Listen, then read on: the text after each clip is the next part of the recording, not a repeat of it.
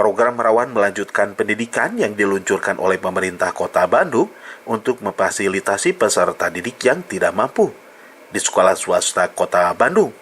Dalam hal ini, Sekolah Menengah Atas Puragabaya Kota Bandung mendapatkan program RMP tersebut untuk menunjang serta memfasilitasi peserta didik yang tidak mampu. Anggaran tersebut langsung diberikan kepada peserta didik untuk menunjang pendidikan. Baik Pak, terkait dengan bantuan rawan melanjutkan pendidikan di SMA Puragabaya Kota Bandung, menurut pandangan Bapak sendiri ini sangat penting nggak Pak untuk sekolah Bapak tentunya dan khususnya swasta di sini Pak?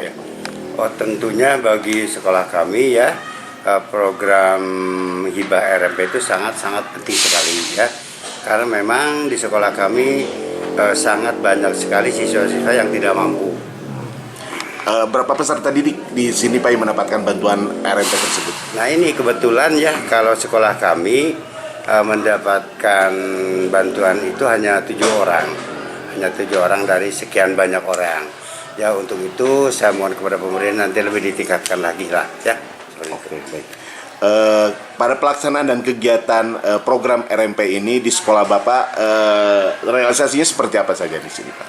Oh ya, program saya yang pertama adalah karena misalnya siswa tersebut yang tidak mampu ya, kemudian saya dilihat dari segi pembayaran di bendahara ternyata kurang baik ya.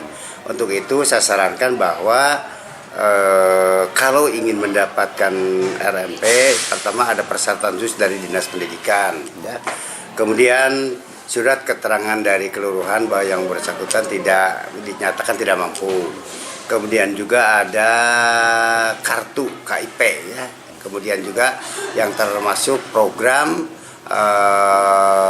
KIP juga, program pendidikan yang tidak mampu.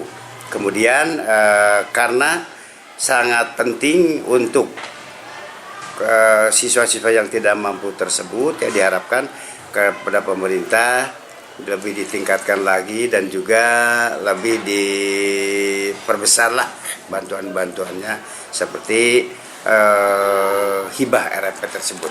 Widi Herian mengabarkan, Hadas TV, Kota Bandung, Jawa Barat.